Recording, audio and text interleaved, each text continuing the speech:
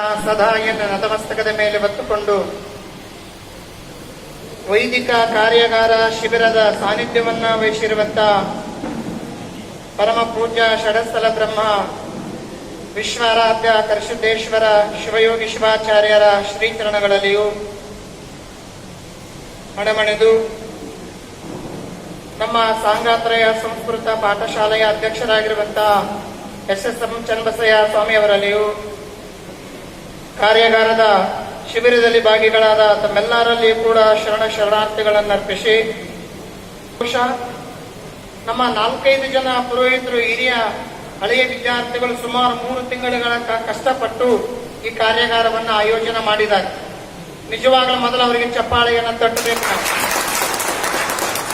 ಈ ಕಾರ್ಯಾಗಾರದ ಉದ್ದೇಶ ಏನು ಅಂತಂದ್ರೆ, ನಾವು ಕಲಿಬೇಕಾದಾಗ ಎಲ್ಲವನ್ನ ಕಲಿತೀವಿ ಅಂತ ಹೇಳಲಿಕ್ಕೆ ಆಗೋದಿಲ್ಲ.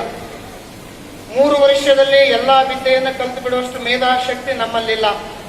ವಿದ್ಯೆಯನ್ನ 4 ಹಂತಗಳಲ್ಲಿ ಕಲಿಯಲಾಗುತ್ತೆ ಅಂತ ಶಾಸ್ತ್ರ ಹೇಳುತ್ತೆ.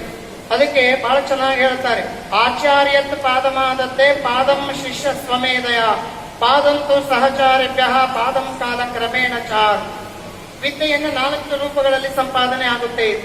ಆಚಾರ್ಯತ್ ಪಾದಮಾದತ್ತೆ, ಗುರುಗಳು ನಮಗೆ 100% ಪಾಠ ಮಾಡಿದ್ರು ಕೂಡ ನಾವು ಕಲಿಯೋದೆಷ್ಟು ಅಂದ್ರೆ ಕೇವಲ 25% ಮಾತ್ರ. ಯಾಕಂದ್ರೆ ನಮ್ಮಲ್ಲಿ ಅಷ್ಟು ವಿದ್ಯೆ ಒಂದು ಏಕಕಾಲಕ್ಕೆ ಕಲಿಯತಕ್ಕಂತ ಶಕ್ತಿ ಇರೋದಿಲ್ಲ. ಹಂಗಾಗಿ ಆಚಾರ್ಯತ್ ಪಾದಮಾದತ್ತೆ ಪಾದಂ ಶಿಷ್ಯ ಸ್ವಮೇಧಯ. ಇನ್ನು ಕಾಲಭಾಗ ವಿದ್ಯೆ ಯಾವಾಗ ಬರುತ್ತೆ ಅಂದ್ರೆ, ನಾವು ಸ್ವಚಿಂತನೆ ಮಾಡುವುದರ ಮುಖಾಂತರವಾಗಿ, ನಾವು ಸ್ವಂತ ಅಧ್ಯಯನ ಮಾಡುವುದರ ಮುಖಾಂತರವಾಗಿ, ನಾವು ಸ್ವಂತ ತಿಳುವಳಿಕೆಯನ್ನು ಮಾಡುವುದರ ಮುಖಾಂತರವಾಗಿ ಕಾಲಭಾಗ ವಿದ್ಯೆಯನ್ನು ಸಂಪಾದನೆ ಮಾಡಬಹುದು. ಪಾದಂ ಶಿಷ್ಯ ಸ್ವಮೇಧಯ ಪಾದಂತು ಸಹಚಾರಿಭ್ಯ. ಇನ್ನು ಕಾಲಕ್ರಮೇಣ ವಿದ್ಯೆ ಎಲ್ಲಿಂದ ಬರುತ್ತೆ ಅಂತಂದ್ರ, ಸಹಪಾಠಿಗಳ ಜೊತೆಯಲ್ಲಿದ್ದಾಗ, ಸಹೋದ್ಯೋಗಿಗಳ ಜೊತೆಯಲ್ಲಿದ್ದಾಗ, ಸಹಚರರ ಜೊತೆಯಲ್ಲಿದ್ದಾಗ ಕಾಲಭಾಗ ವಿದ್ಯೆಯನ್ನು ಕಲಿಬಹುದು. ಈಗೆಲ್ಲ ಸಹಚರರ ಜೊತೆಯಲ್ಲಿ ಕಲಿತಾ ಇದೀವಲ್ಲ, ಈ ಕಾರ್ಯಾಗಾರ ಇದೊಂದು ಕಾಲಭಾಗ ವಿದ್ಯಾ. ಆಚಾರ್ಯತ್ ಪಾದಮಾದತ್ತೆ ಪಾದಂ ಶಿಷ್ಯ ಸ್ವಮೇಧಯ ಪಾದಂತು ಸಹಚಾರಿಭ್ಯ ಪಾದಂ ಕಾಲಕ್ರಮೇಣ ಚ. ಇನ್ನು ಕಾಲಭಾಗ ವಿದ್ಯೆ ಯಾವಾಗ ಬರುತ್ತೆ ಅಂತಂದ್ರೆ, ಕಾಲಕ್ರಮೇಣ ವಯಸ್ಸಾಗಬೇಕು. 60, 70, 80 ವರ್ಷಗಳ ಕಾಲ ವಯಸ್ಸಾಗಬೇಕು. ಅದು ಅನುಭವದ ಮುಖಾಂತರವಾಗಿ ಕಾಲಭಾಗ ವಿದ್ಯೆ ನಮಗೆ ಬರುತ್ತೆ. 4 ಹಂತಗಳಲ್ಲಿ ವಿದ್ಯೆ ಒಲಿಯುವಂತಹ ಸೂತ್ರವನ್ನು ಶಾಸ್ತ್ರಕಾರರು ಹೇಳಿದ್ದಾರೆ. ಅದರಲ್ಲಿ 3ನೇ ಹಂತವೇ ಈ ಕಾರ್ಯಾಗಾರ. ಇದು ಸಹಚರರ ಜೊತೆಯಲ್ಲಿ, ಯಾರಿಗೆ ಗೊತ್ತಿಲ್ಲ, ನನಗೆ ಗೊತ್ತಿಲ್ಲದ ನೀವು ಹೇಳಬೇಕು, ನಿಮಗೆ ಗೊತ್ತಿಲ್ಲದನ್ನ ನಾನು ಹೇಳಬೇಕು, ಏನಪ್ಪಾ ಗುರುಗಳ ಸಮ್ಮುಖದಲ್ಲಿ ನಡೆಯಲಿ ಅನ್ನುವಂತ ಉದ್ದೇಶವನ್ನು ಇಟ್ಕೊಂಡು ಈ ಕಾರ್ಯಾಗಾರವನ್ನು ಹಮ್ಮಿಕೊಂಡಿದ್ದೇವೆ. ಬಹಳ ವಿಶೇಷವಾಗಿರುವಂತಹದ್ದು ಕಾರ್ಯಾಗಾರ. ಇಂದು ಪ್ರತಿ ತಿಂಗಳು, ಪ್ರತಿ 6 ತಿಂಗಳಿಗೊಮ್ಮೆ, ಪ್ರತಿ ವರ್ಷಕ್ಕೊಮ್ಮೆ ನಡಿಬೇಕು. ಯಾಕೆಂದ್ರೆ ನಮ್ಮಲ್ಲಿ ಸಾಕಷ್ಟು ಜ್ಞಾನ ಕಡಿಮೆ ಆಗಿದೆ. ನಾವು ಧಾರ್ಮಿಕ ಕ್ಷೇತ್ರದಲ್ಲಿ ಇರ್ತಕ್ಕಂಥವ್ರು. ನಮ್ಮ ಪೂಜಾದಿಗಳಿಗೆ 2 ಸ್ತಂಭಗಳಿದಾವೆ. ಯಾವ 2 ಸ್ತಂಭ ಅಂತಂದ್ರೆ, ಒಂದು ತಿಳುವಳಿಕೆ, ಇನ್ನೊಂದು ನಂಬಿಕೆ.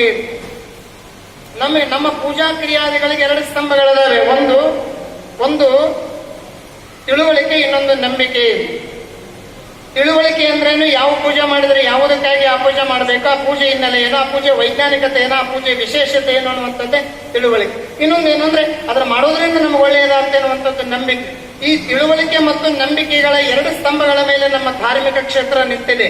ಆದ್ರೆ ಇತ್ತೀಚೆಗೆ ಏನಾಗಿದೆ ಅಂತಂದ್ರೆ, ನಮ್ಮಲ್ಲಿ ತಿಳುವಳಿಕೆ ಹೋಗ್ಬಿಟ್ಟಿದೆ, ಕೇವಲ ನಂಬಿಕೆ. ರುದ್ರಾಭಿಷೇಕ ಮಾಡಿಸ್ಬೇಕು, ಯಾಕೆ ಮಾಡಿಸ್ಬೇಕಂತ ನಮಗೆ ಗೊತ್ತಿಲ್ಲ. ನವಗ್ರಹ ಪೂಜೆ ಮಾಡಿಸ್ಬೇಕು, ಯಾಕೆ ಮಾಡಿಸ್ಬೇಕಂತ ಗೊತ್ತಿಲ್ಲ. ಯಾರೋ ಹೇಳಿದ್ರು, ಅದ್ರ ಮೇಲೆ ನಂಬಿಕೆ ಇಟ್ಟು ನಾವು ಪೂಜಾ ಮಾಡ್ತಾ ಇದೀವಿ. ಪುರೋಹಿತರು ಕೂಡ ನಂಬಿಕೆ ಮೇಲೆ ಹೋಗಿ ಮಾಡಿ ಬರ್ತಾ ಇದ್ದಾರೆ. ಆದ್ರೆ ನಮ್ಮಲ್ಲಿ ತಿಳುವಳಿಕೆ ಹೋಗ್ಬಿಟ್ಟಿದೆ, ನಂಬಿಕೆ ಉಳ್ಕೊಂಡಿದೆ.